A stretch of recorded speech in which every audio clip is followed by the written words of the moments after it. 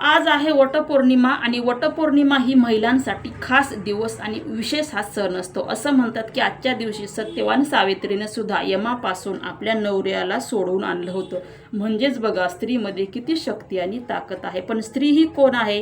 कधी ह्या प्रधान पुरुषाला समजलं आहे का? या स्त्रीवर अन्याय अत्याचार करतात। ही स्त्री दिवस रात्र तुमचा संसार चालवत असते। जसा बैल दावणीला बांधलेला असतो तसा बैल दावणीला बांधून या स्त्रीवर अन्याय अत्याचार होतो। या स्त्रीवर याच भारतामध्ये बलात्कार होतो। जी स्त्री तुम्ही घरामध्ये लग्न करून घेऊन येतात ती तुमच्या घरातील भांडे घासणारी मोलकरी नाही तर ती तुमची लक्ष्मी आहे, जे स्वतःच्या उदरातून जन्म देऊन तुमच्या घराचा वारस चालवत असते आणि या स्त्रीवर तुम्ही बलात्कार करत आहेत। हाच प्रधान पुरुषाचा देश आहे का? स्त्री एक शक्ती आहे, स्त्री ही माता आहे, स्त्री ही दुर्गा आहे, स्त्री ही चंडिका आहे।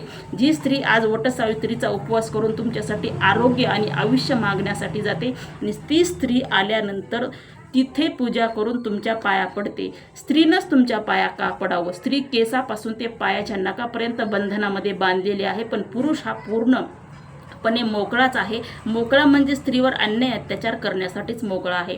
कधीतरी स्त्रीच्या ठिकाणी स्वतः स्त्री जसं करते ना तसं प्रधान पुरुषांनी स्वतःला स्त्रीच्या ठिकाणी ठेवून बघावं। स्त्री प्रत्येक वेळी नवऱ्याच्या पाया पडते, पण नवऱ्यानं कधीतरी स्त्रीच्या पाया पडावं आणि का पडू नये? ती तुमचा संसार चालवते, तुमच्या घराचा वारस चालवते। प्रधान पुरुषाला माझा प्रश्न आहे, काय खरंच स्त्रीला तुम्ही मानता? ज्या देशामध्ये स्त्रीचा मान सन्मान केला जातो तोच देश सगळ्यात महान समजला जातो। प्रधान पुरुष पुन्हा एकदा विचार करा, काय खरंच तुम्ही स्त्रीला मान सन्मान देता? खरंच स्त्री तुमच्या घरामध्ये सुखी आहे का? जर सुखी आहे तर नक्कीच मला सांगा।